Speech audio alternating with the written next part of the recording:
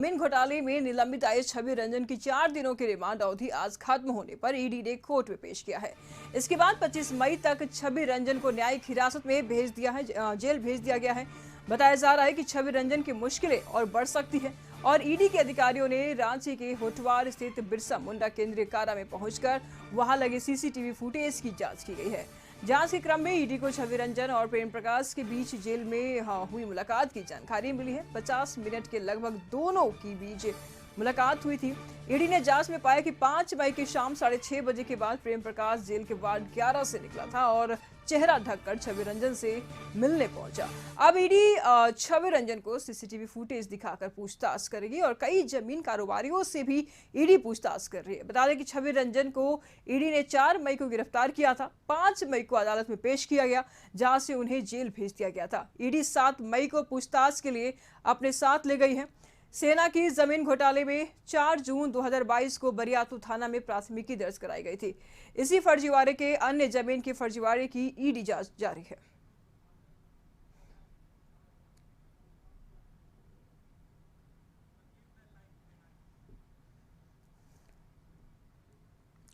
तमाम जानकारी के लिए रांची से सहयोगी संदीप इस वक्त हमारे साथ जुड़ चुके हैं। संदीप, फिर से ईडी कोर्ट में ईडी ने पेश किया है, क्या फिर से रिमांड बढ़ सकती है?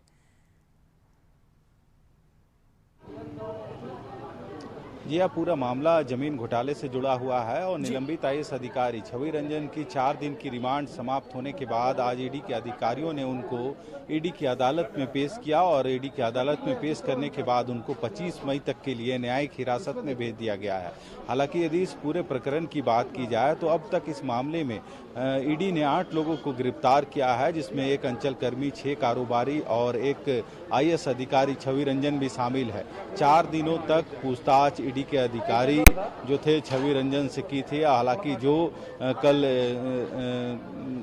होटवार जेल में रेड पड़ी थी उस दरमियान सीसीटीवी फुटेज ईडी के हाथ लगे हैं, जिसमें प्रेम प्रकाश से 1 घंटा लगभग मुलाकात करते हुए, बात करते हुए छवि रंजन और जो प्रेम प्रकाश है उनकी तस्वीर सामने कैद हुई है सीसीटीवी में। और इसके बाद कहीं ना कहीं अब छवि रंजन की एक तरफ देखी जाए तो उनकी जो समस्या है वह बढ़ सकती है, क्योंकि पहली पूछताछ में ईडी के अधिकारियों को छवि रंजन ने कहा था कि वे किसी भी प्रेम प्रकाश को नहीं जानते हैं और उनसे कोई ताल्लुकात नहीं है। हालांकि 1 घंटे तक जेल में जब होने के दरमियान 1 घंटे उन लोगों के बीच बात हुई है और यह पूरा जो प्रकरण था 5 मई के का था, पूरा जो सीसीटीवी फुटेज में जो कैद हुआ है, क्योंकि 4 मई को ईडी के अधिकारियों ने छवि रंजन को गिरफ्तार किया था और 5 मई को उनको अदालत में पेश करके अदालत ने उनको 5 मई को न्यायिक हिरासत में भेजा था। और इसी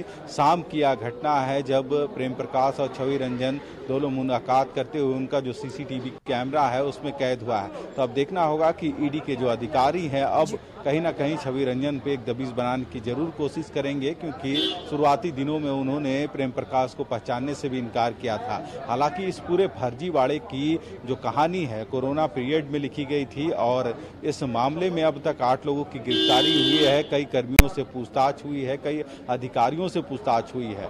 आज छवि रंजन को अदालत में पेश करने के बाद उनको 25 मई तक के लिए न्यायिक हिरासत में भेज दिया गया है। अब देखना होगा कि ईडी अब किन किन लोगों तक पहुंचती है। हालांकि कई चेहरे या फिर कह सकते हैं प्रत्येक दिन इस मामले में नया मोड़ आता दिखता है और हर एक दिन कुछ नया जो तस्वीर है इस पूरे प्रकरण में देखने को मिलती है।